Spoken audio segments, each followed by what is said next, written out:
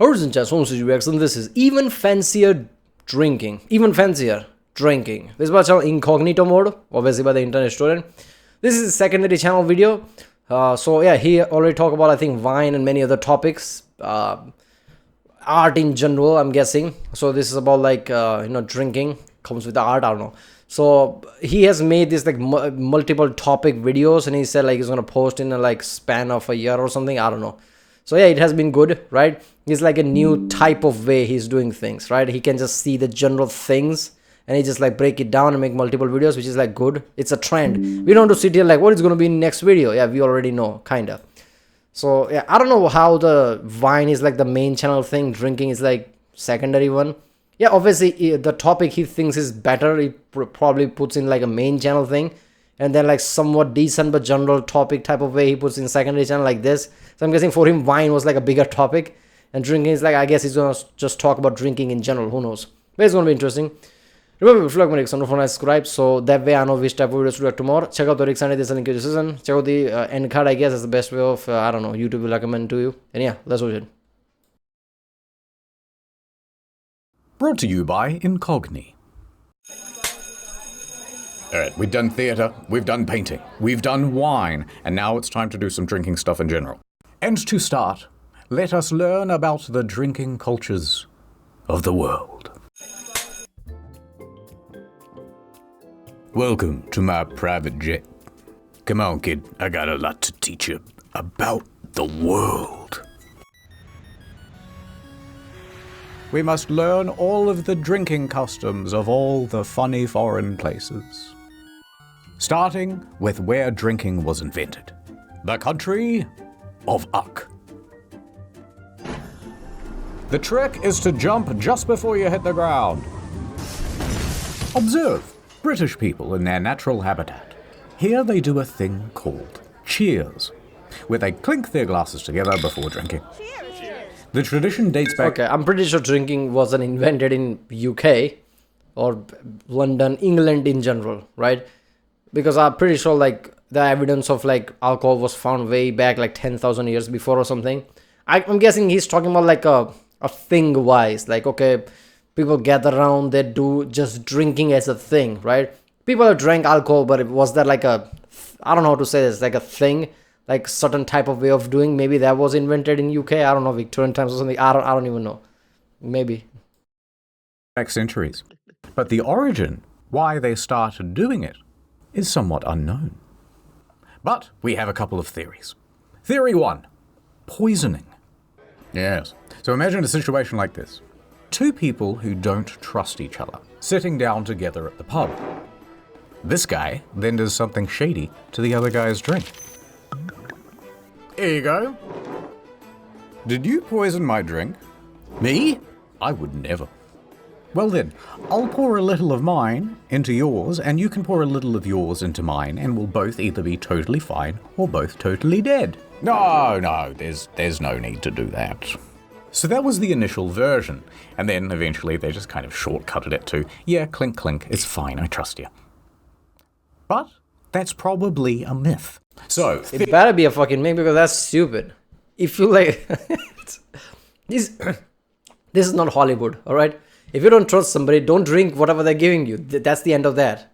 But that's a disrespect. Yeah, it is. I don't trust you. Fuck off. It's like, I don't know. This is not Hollywood, all right? I don't think that's the case. Somebody just did that and just like, okay, I guess that makes sure that we all drinking together. Okay, let's drink. Somebody might drink. Somebody just put their glass there. This way is like 3, 2, 1 go type of way. Everybody clinks, so everybody drinks at the same time type of way. I don't know. I think that's the case. Theory number 2, ghosts. Right, in the Middle Ages, people were worried about spooky ghosts and spirits. And so they'd do cheers very loudly to scare away the demons. Also, sometimes you'd spill some of your drink onto the table and the floor, and then that was like a little offering to the spirit. I don't think that's probably also not true, because ghost will kill you. Put a fucking empty glass there. Put a filled up glass in the corner, I'll drink it. I'm not drinking whatever spilled out. Are you kidding me? Come on. That's probably also not true. The most likely answer is simply that everyone likes that sound. It's very satisfying. There's more. You know when someone drops a glass and everyone goes kind of silent, like, oh, you fucking idiot?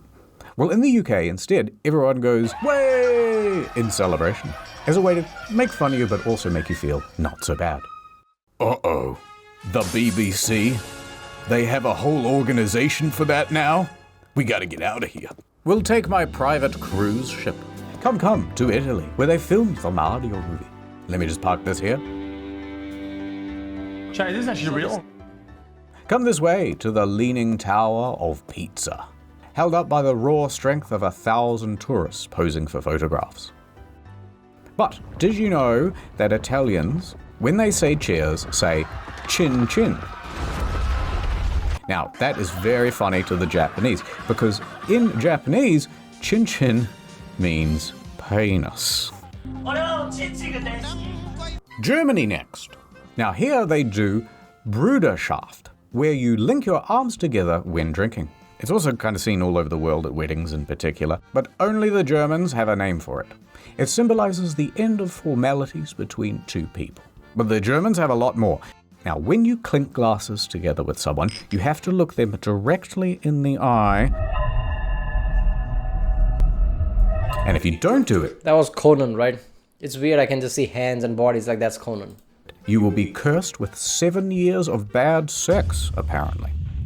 It's not my fault, it's the Germans.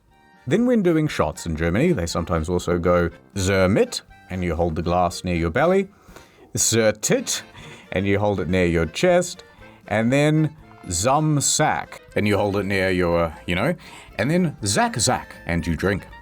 Now, on to Finland. They keep it casual. I understand there are cultures celebrates, let's just say, your private parts and private things you do or something. It's like, oh, why should we be ashamed of that? But I don't know, I like compartmentalize, right? I don't want to think about penis or anything you do with a penis when you're drinking, right? If there's a time and a place, that's not it. So I don't know what to think about that. They have a custom specifically for drinking alone. You're supposed to do it while loafing around in your underpants, and it's called kalsari kani, also known as underwear drunk. Alright, that's all I could find on Finland. So off to Canada. To get there, I booked a Is there any other way of drunk? Tour. It's so exclusive that even these fish, yes, they go to a private school. In Newfoundland, Canada, they have the Newfoundland Screech. You take a shot of Screech, and then you do the Screech. It goes like this. Is you a screecher? And then you answer like this. Deed I am, me old cock, and long may your big jib jaw. That's it. It's a pirate culture. Then they take a big fish, usually a cod, and they kiss it on the lips.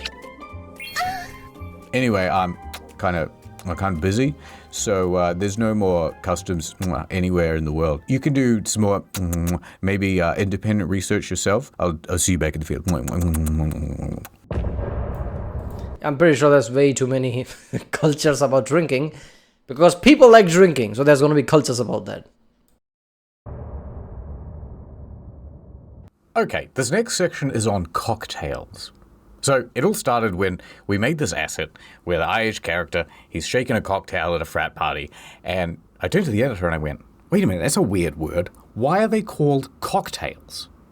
And we started Googling it, and we kind of went down a rabbit hole, and it was actually really interesting. So, here it is. Cocktails. In the 1700s, fuel prices were outrageous. So, everybody used the horse. Now, horses weren't just used for travel, they were also used for work in the fields. So you would sometimes put a harness on a horse for ploughing a field, right?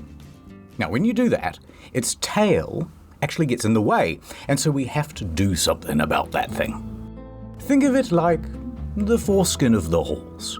You put it in the guillotine, and everybody closes their eyes. Problem solved.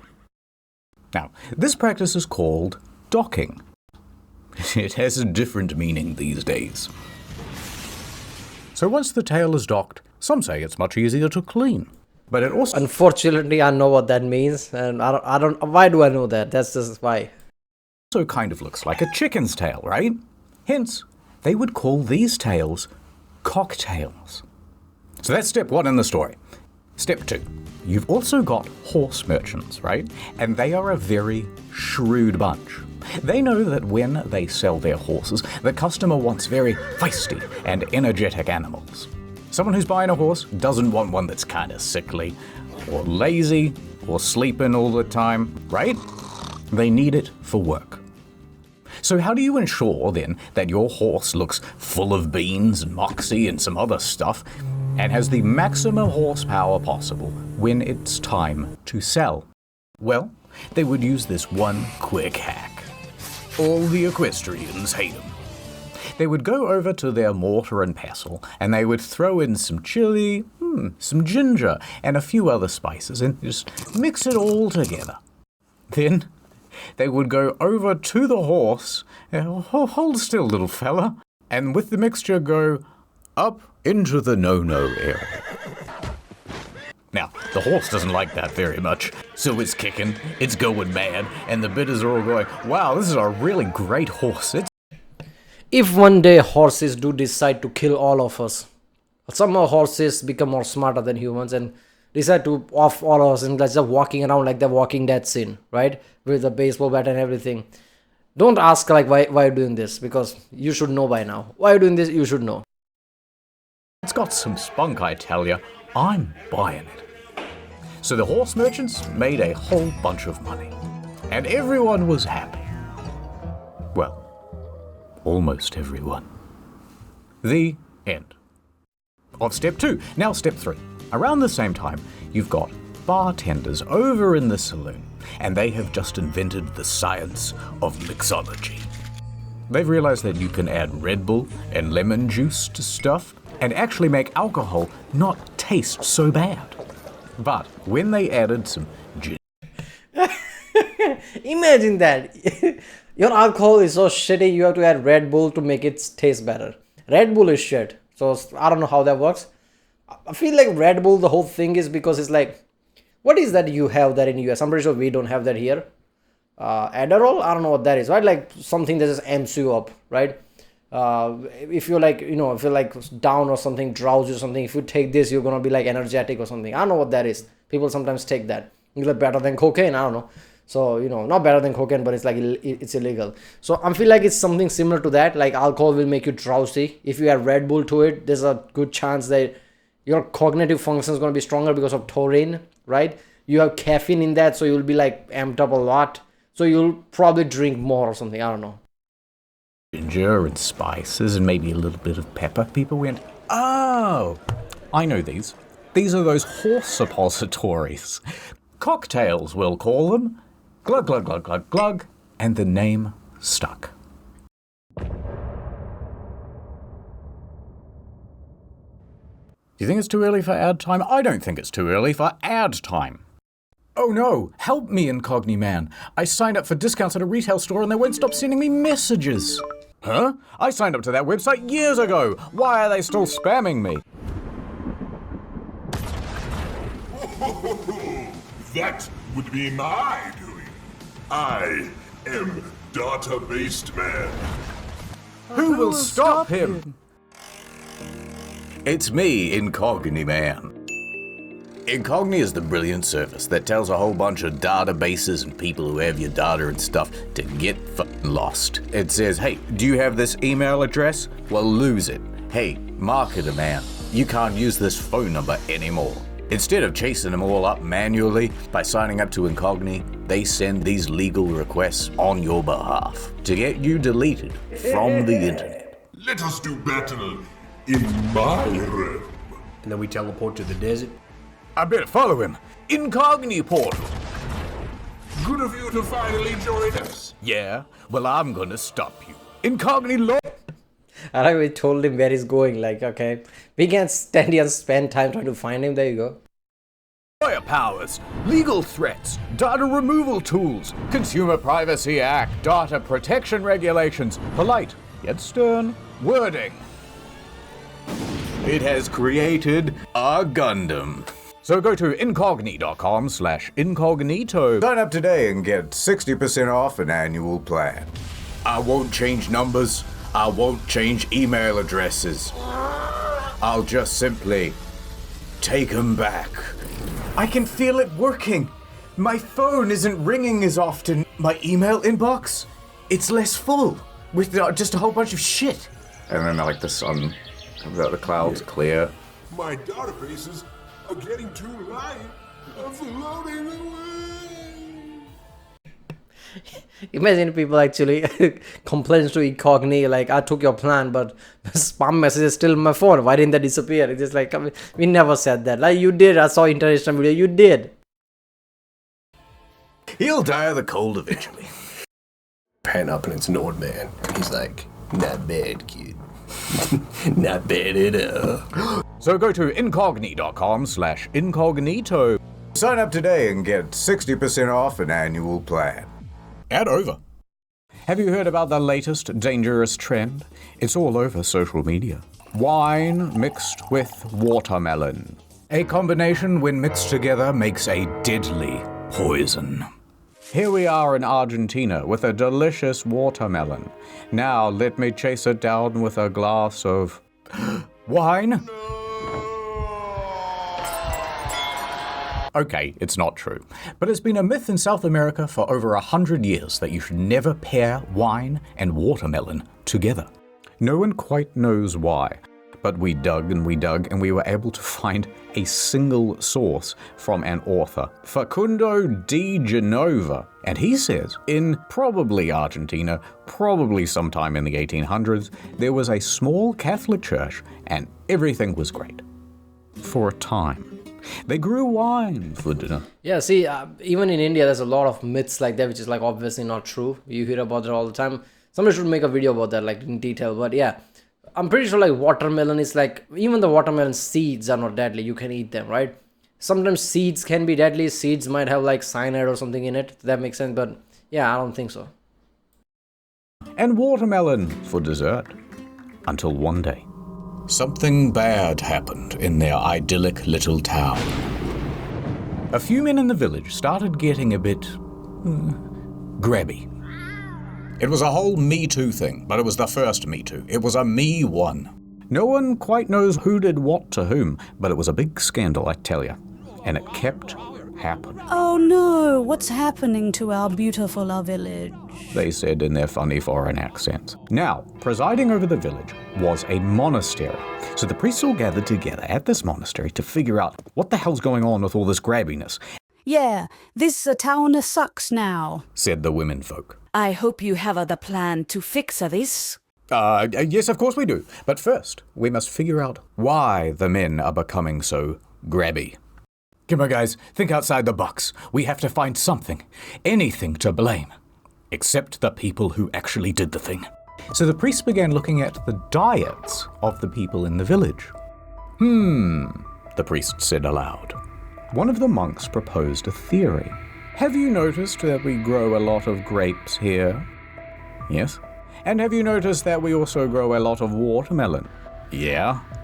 Well, what if, somehow it makes the men folk grabby? That must be it. We must put a stop to this. But how?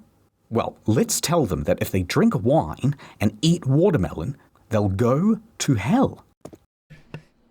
Let's scientifically think about this. Watermelons, I think watermelons have lots of amino acid. How much watermelon you have to drink that you become somewhat like feeling like, I don't know, active in some way, right? I don't know. I feel like that. I guess, look, a lot of drinking, obviously wine, a lot of watermelons, you like filled up with a lot of amino acid in a way. I don't think even that would do it. So no, this happens a lot. Whenever somebody sees, like, rather than seeing the pattern, like why happened, or is it just like a coincidence, like something just happens, right? Like how hysteria happens and how things like that, just chain reaction, it can spread. Something can just happen like that. Like people just become fucked up like that. Somebody saw something, people are really like, like impressionist. I don't know how to say that. Like people see somebody do something, I don't know, something could trigger in their head. That's how hysteria and everything works, right? So something could be like that. Banana is fucking watermelon and wine. That's it, right? That's the answer. And I feel like it's not like, they are too stupid. Because of pressure of the church, you have to come up with some kind of an answer. So what you gonna do? That kind of thing. If you give something them tangible, like, okay, don't drink watermelon and wine together, they, oh, that must be it. Everything calms down. There's no panic. And I don't know, eventually things will go away, so there you go.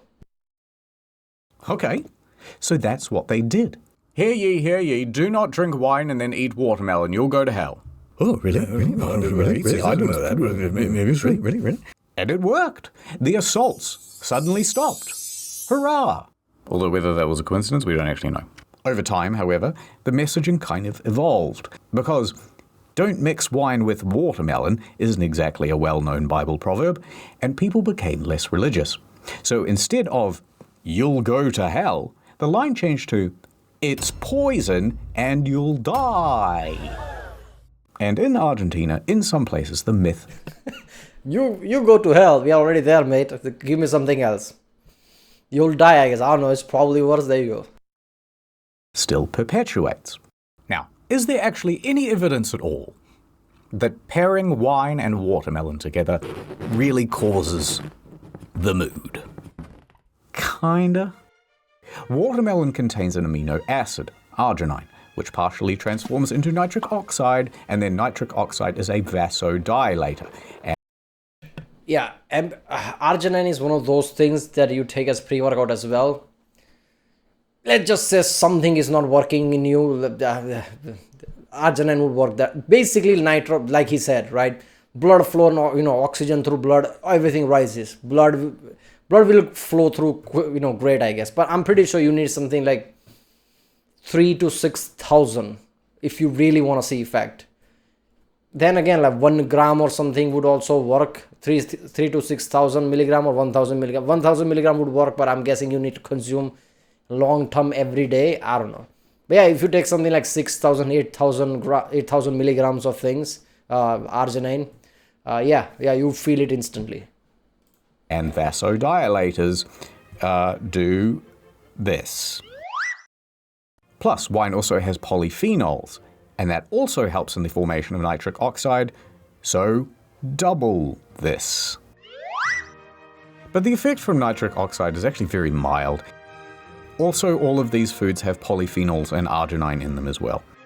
So pretty much everything has it.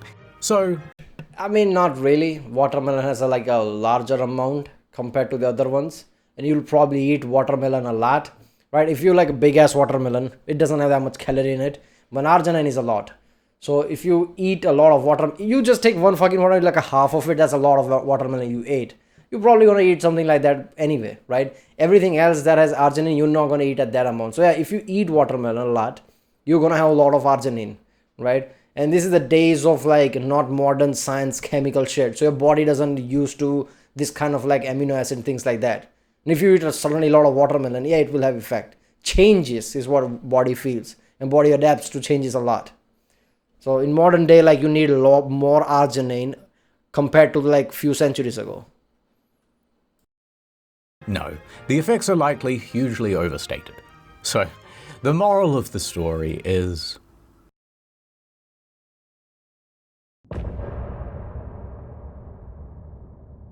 This next section is on wine in the Bible. Sort of. Apologies if we got any details wrong. We mostly kept this section because we liked the pun on Eucharist. Jumping forward to Jesus. This is his first recorded miracle. So, Jesus and a whole bunch of his followers and stuff, they are invited to a wedding in Cana. Now the waiter goes over to serve some guests some wine, and uh-oh. It's empty. What do you mean it's empty? There's no more wine. No, wait, I've got a plan, says Jesus. Bring me 6 big stone jugs, about 20 to 30 gallons each, and fill them up to the brim with H2O. Now, check out this. Spoilers. Oh my god. Is this some kind of a movie talking about that? And I'm guessing at the point Jesus is in this point, crucifixion hasn't happened. And in this movie, the Jesus is wearing cross. That's insane, man. It's okay, where'd that come from? I'm pretty sure before crucifixion of Jesus, nobody was wearing crosses. Why would you even think that crucifixion was like guillotine or something? It was like a punishment. You don't wear around crosses. Only reason you're wearing crosses is because of Jesus, not because of cross itself. And he does the finger thing. And then when they went to pour the water, suddenly it was wine.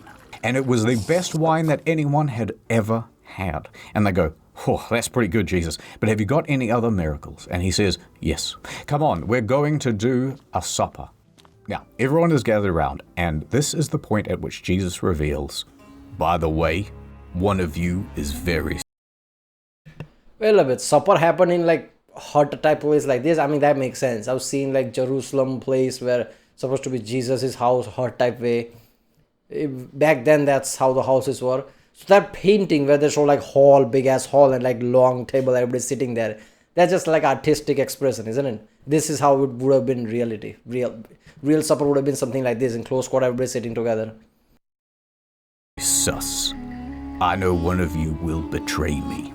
And he looks at Judas, and Judas is kind of looking away. But then Da Vinci's like, guys, I need you to stay still for the painting. So Jesus goes, watch this. And he takes some bread and wine, and he says, look at this bread. This is my flesh. And everyone's kind of like, really? And he goes, well, yeah. Oh my god, imagine Jesus actually pulled Da Vinci back then. He's just like, I need something to make a portrait. Like, what the yeah, you're back in time, like century, I'm Jesus. Hello, just put up painting. Okay, what do I get out of it? You'll make our painting, I'm give you power or something. And I'll give you guidelines. Like how world's gonna go, so you can make Da Vinci's Code or something. And that basically that all myth and something that fits perfectly in this world. Somebody should make something like that, some lore like that. There you go. Jesus didn't just think of it, he was there. Da Vinci was there. Jesus pulled him back time. There you go. Yeah, I mean, if you're Protestant, then just metaphorically. No, okay, look at this wine. It is my blood. Really? Quit making this so complicated. Here, have some. So he hands it to his disciples, and they went, fantastic, I was peckish and thirsty. And he goes, yes, in fact, I shall call this little celebration a Eucharist, or Holy Communion. It will be the practice of eating one cracker or piece of bread and drinking some wine. And if you eat the whole thing and drink the whole bottle, that's called a huge Eucharist. Now, most Christians today take that as a symbolic thing. Unless you are Catholic. Now, they believe in what was the slap, man? What the I'm guessing that's real because he just put his face on that guy, so that was a real clip. What's with the slap? It's called transubstantiation, which means that the bread and wine literally turns into the body and blood of Jesus at the moment that they are consumed. However, it does still look like bread and wine, and they call that phenomenon appearance or accident. It has changed, but you just can't tell, except for sometimes when you actually can. Lanciano, Italy. Did you just have a car accident? No, I had car appearance. I'll use that. I'll definitely use that. In the 8th century, there is a monk, and he has been on r/atheism for far too long. He is starting to have doubts about the blood and wine stuff, but he still has his monkly responsibilities. So, he holds mass, and he says the words of consecration, this is my body, this is my blood, this is my rifle, this is my gun, and at that very moment, the bread turns into literal flesh in his hands, and the wine turned to blood. Jesus, man. Holy shit, said everybody in unison. And ironically, he went, oh, well, I should probably not eat this then. So instead, he kept it in this chalice thing. What is it? A clock? Anyway, there it remains still today, kept in the Church of San Francesco. And now a couple of years later, in the 1970s, Professor Odaro Leon. Hold up there. How the flesh is still surviving? Won't that decay to dust or black ash by now? Are you telling me it's still surviving? Damn. That was a right thing to do. Like, I shouldn't consume this. I'm surprised people didn't thought like, oh, that's the flesh of Jesus. If you eat them, Jesus will bless or something. People didn't just like grab onto him. That'd be weird, right? Like, Jesus flesh, human looking flesh, eating that. What the fuck? So, yeah, I don't know. But yeah, won't that time to ask how is that happening? Somebody put like camera on there for multiple centuries or something. Right? To see what happens. I don't know. Decides, let me do a bit of an experiment. So he took a sample of the flesh and he came to the conclusion that it was indeed real. Apparently, it was part of a heart valve. and that the blood type was AB. The sample has not been analysed since. However, it is officially recognised by the Roman Catholic Church. Here ends the reading. Now you might say, wow, that section really doesn't have a whole lot to do with wine. And in fact, you're just badly retelling a Bible story. This final section we started making for the main channel when we found this. I like how everything he has like, yeah, and that's what we do here. Welcome to Internet Restaurant. That's what we do. Obviously, it's like blood, wine, Jesus thing. It has to do with something drinking. I don't know. Massive court document, and we thought, holy shit, this is a hell of a story. And we had all these ideas of it being like Witcher themed, and so there were quite a few like random Witcher assets, just ignore that. But it just kept blooming and blooming into this bigger story, and it got too long. And so here it is on Incognito. And here we begin in 1743. The birth of Thomas Jefferson.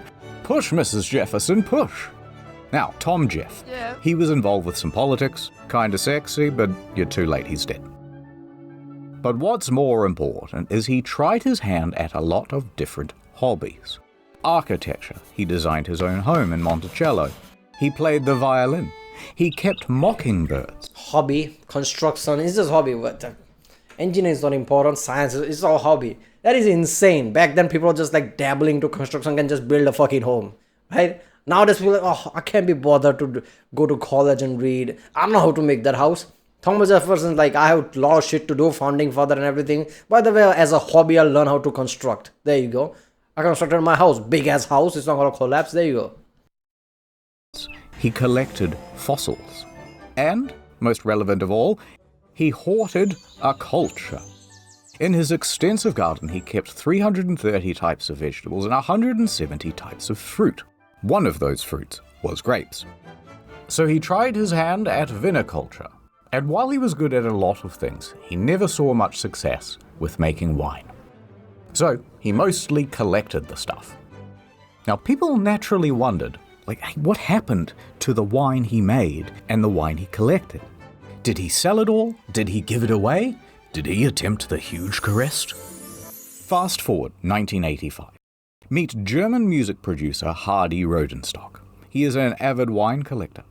And he's tapping on the walls of old buildings in Paris, looking for some national treasures. On this occasion, the wall opened, and my God.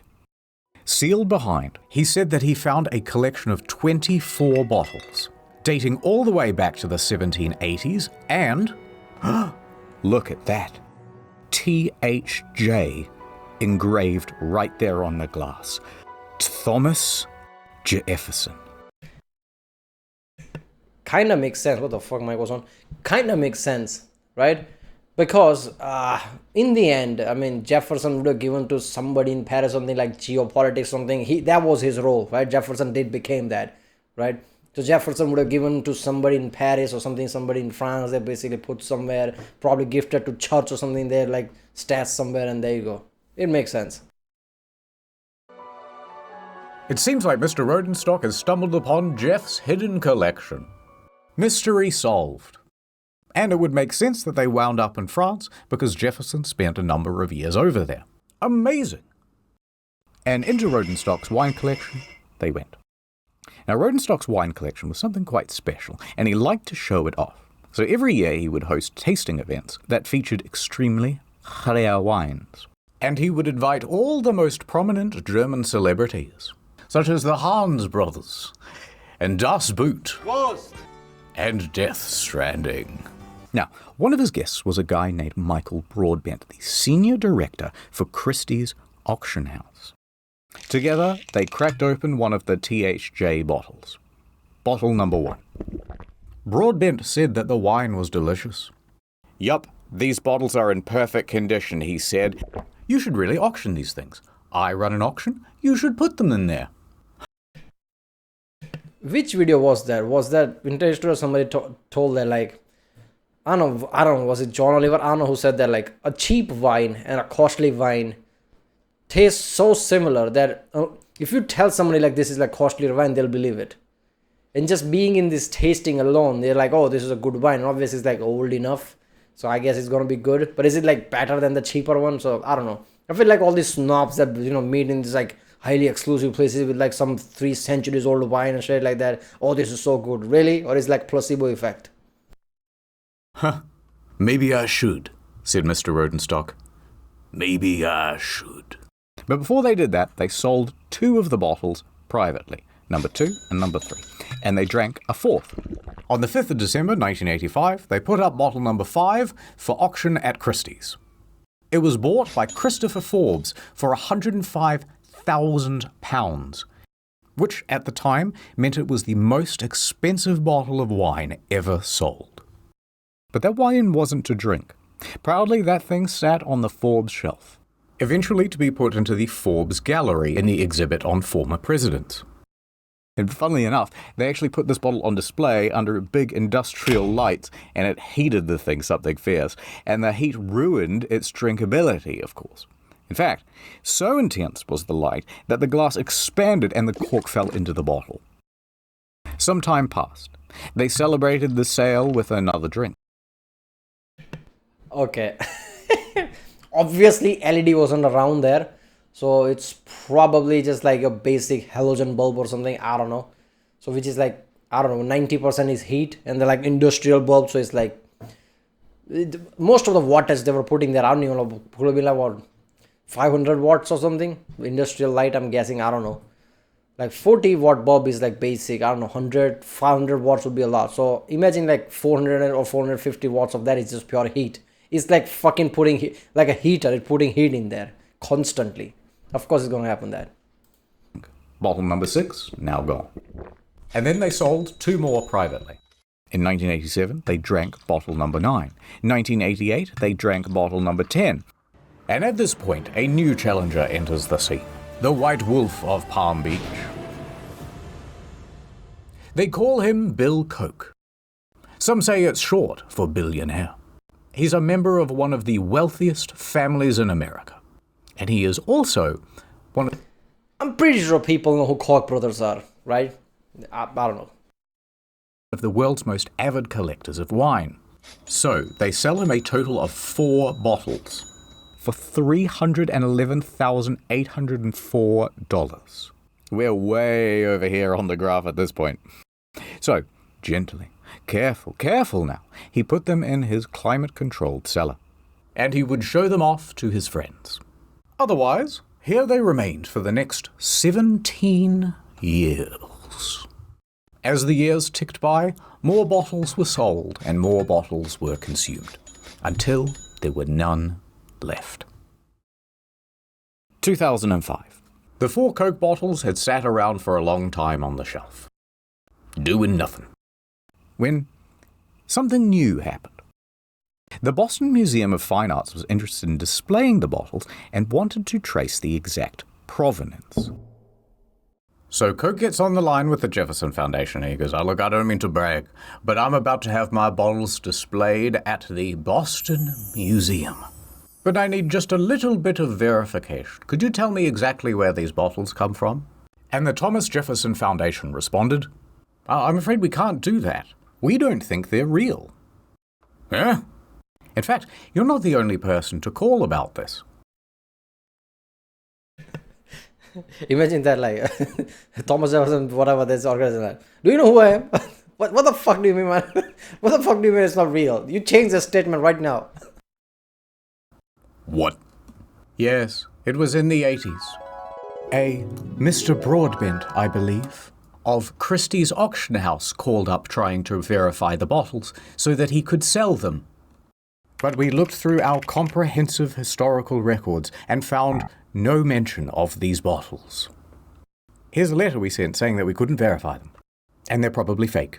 But he sold those bottles to me. Now, back to 1776. Now here's a thing you should know about Jefferson. Let's just say if he was around today, he would play a lot of Factorio. He was, you know... I have the largest collection of Funko Pops in the world. And that meant that his record keeping was very meticulous. I mean, I don't know, man. You're underplaying him. I won't put Thomas Jefferson like that. I don't know, like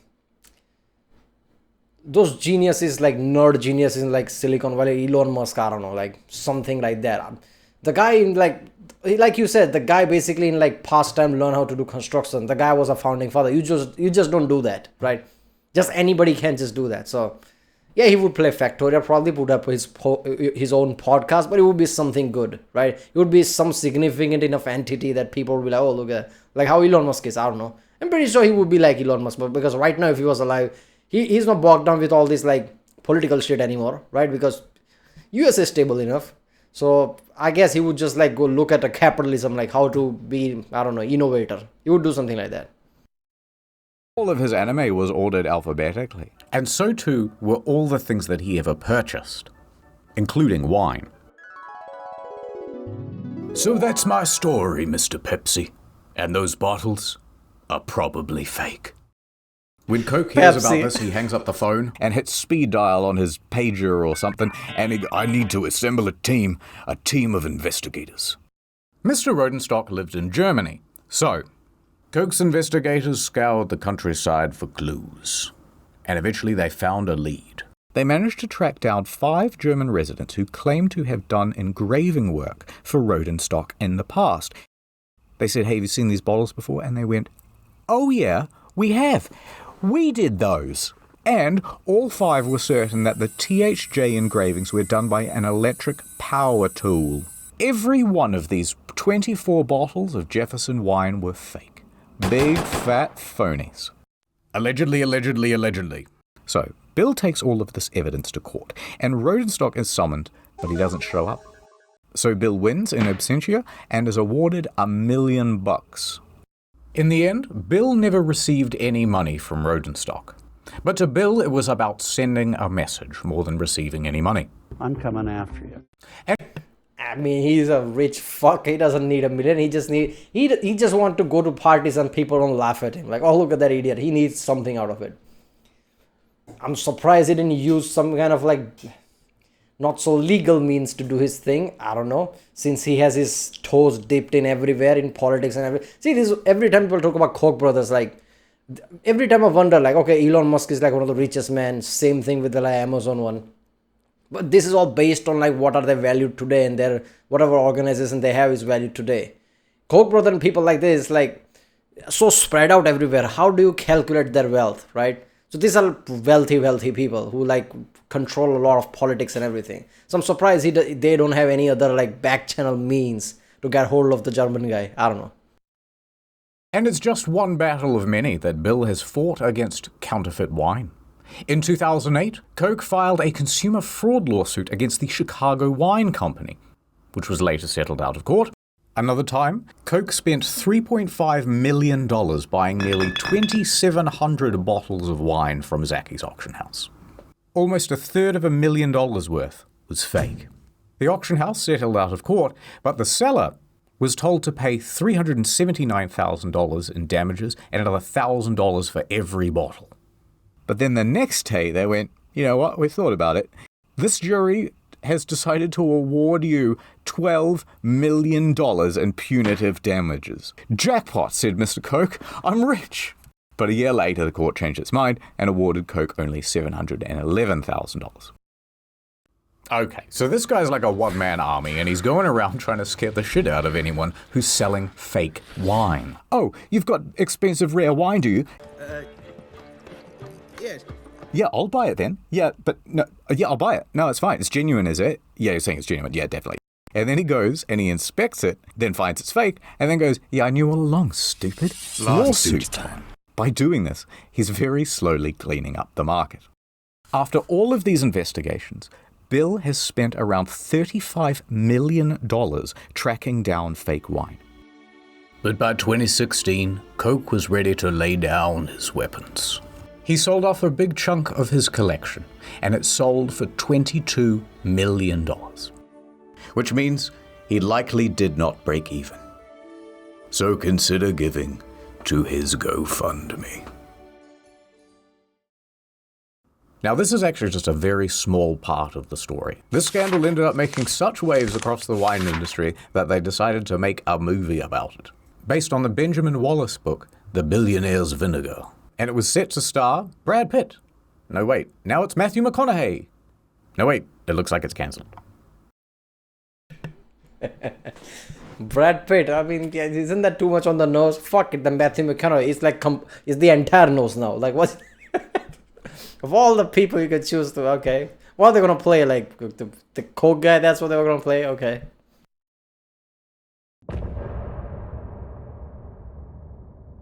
Alright, that's the video. Thanks for watching. 4 more to go, but we've already started in on the regular type stuff in case you don't love fancy. Okay, bye. And don't forget, incognito.com/incognito. There you go. It's like, yeah, I've made too many. Of course, we're gonna finish this, but like back to something else. There you go. That's how internet students started this channel, I'm guessing. He just wanted to do something, he just kept doing it. Fuck it, it just became bigger, right?